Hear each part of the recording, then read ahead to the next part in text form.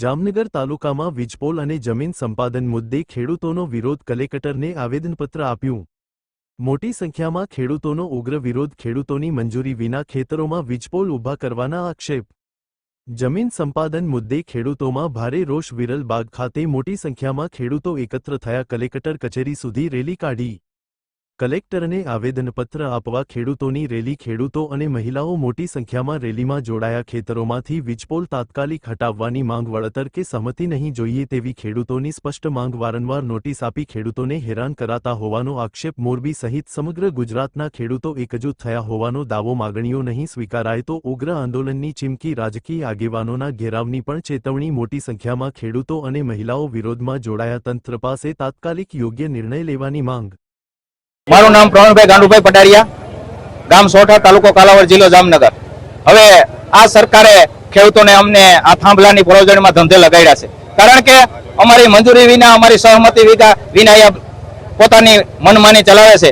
તો અમે અહીંયા જામનગરના વિરલબાગમાં એકત્રિત થયા છીએ અને સરકારશ્રીને આવેદનપત્ર આપવાના છીએ કે ભાઈ ખરેખર જે અમારી માંગણી છે તે વહેલી તકે પૂરી કરો। આપણા જામનગર સાહેબના, જિલ્લાના કલેક્ટર સાહેબને વિનંતી કે તમે અમારા ગામના ખેડૂતોને સાહેબ 12 દિવસમાં 3 નોટિસ આપી, ખેડૂતોને થકાવવાનું કામ છે। એટલે અમારી ખેડૂતોની હવે એવી નોટિસ અમે આપીએ છીએ આપણે મીડિયા મારફત કે ભાઈ તમે કંપનીઓને નોટિસ આપો, સરકારને નોટિસ આપો કે આ કામ રૂકાવટ કર્યું છે ચાલુ ન કરે, તમારા થાંભલા પાછા ભરી લ્યો। કારણ કે અમે મોરબી જિલ્લામાં ગુજરાતભરના ખેડૂતો એકત્રિત થઈને મોટી સંખ્યામાં ભાઈઓ બહેનોએ આવેદનપત્ર આપ્યું છે કે અમારી આ માંગણી પૂરી કરો। તો તેને 18 દિવસ 20 દિવસ થઈ ગયા। ખરેખર અમે 7 દિવસમાં એને નિર્ણય લેવાનું કીધું હતું। તો હવે અમારી સચોટ અમારું કેવું છે કે અમારે તમારા થાંભલાઈ નથી જોતા, તમારું વળતર નથી જોતું, એટલે અમારે હવે કોઈ પણ જાતની તમારી આયરે સહમતિ નથી જોતી। વહેલી તકે તમારે જ્યાં જ્યાં થાંભલા ખોડ્યા છે પાછા હકેલી લ્યો।